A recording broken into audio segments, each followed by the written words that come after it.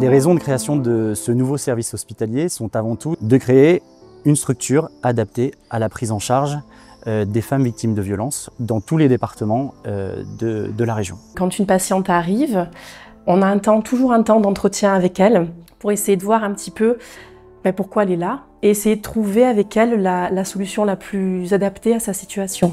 Elles ont toutes des problématiques qui tournent autour de la violence, fatalement, mais la violence, elle peut prendre des formes différentes. Elle peut être physique, psychologique, sexuelle.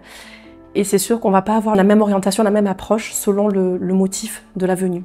On essaie d'accueillir la femme de manière à ce qu'elle se sente à l'aise, en sécurité. On lui garantit aussi la confidentialité de ce qu'elle va nous révéler et en fonction, on lui propose du coup une orientation médicale, sociale, psychosociale, juridique, tout un panel qu'on peut offrir à la patiente qui pousse nos portes. Donc ça passe sur le plan médical, pour nous en tout cas en tant que sage-femme, c'est un accompagnement, une prise en charge de la jeune femme à la femme beaucoup plus âgée aussi, son suivi gynécologique lambda. Parfois, on accueille des femmes qui n'ont pas vu de médecin, de sage-femme depuis de nombreuses années et qui ont besoin de refaire un point sur les dépistages, en fait, tout type de dépistage du cancer.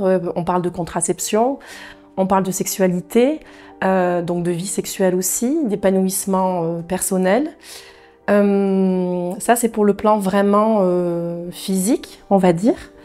Et après, pour le bien-être aussi psychologique, parce que tout est lié, on a aussi un accompagnement avec notre psychologue qui peut aider aussi à trouver des solutions avec la femme qui se présente. Le suivi individuel que je propose permet aux femmes d'avoir un espace de parole, de pouvoir mettre des mots sur leurs souffrances, de pouvoir réfléchir à leur situation actuelle, de faire des liens souvent avec des choses qu'elles ont pu vivre dans leur enfance, de reprendre confiance en elles, de reprendre confiance en l'autre aussi, tout ça à leur rythme.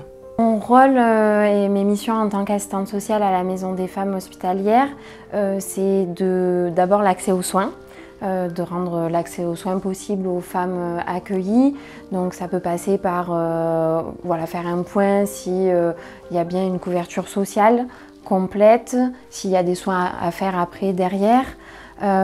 C'est aussi accompagner sur l'hébergement, le logement, de la coordination aussi avec les partenaires. Voilà, c'est faire un petit point global et rendre possible l'accès aux droits aussi, donc administratif. Plusieurs moyens d'arriver sur ce service. Des moyens qui sont plus liés au secteur judiciaire, avec notamment les services de police et de gendarmerie qui peuvent orienter les femmes à la suite de l'audition vers cette structure. Les services hospitaliers sont au cœur aussi du dispositif avec les urgences, mais aussi les autres services du pôle mère-enfant, et notamment la maternité, la pédiatrie. Et bien sûr, les acteurs du travail social de proximité sont aussi au cœur du dispositif et peuvent faire appel à la Maison des femmes hospitalières. Le but, c'est d'essayer d'accueillir quelqu'un comme on accueillerait quelqu'un à notre maison. Prendre soin de la femme, prendre soin d'elle.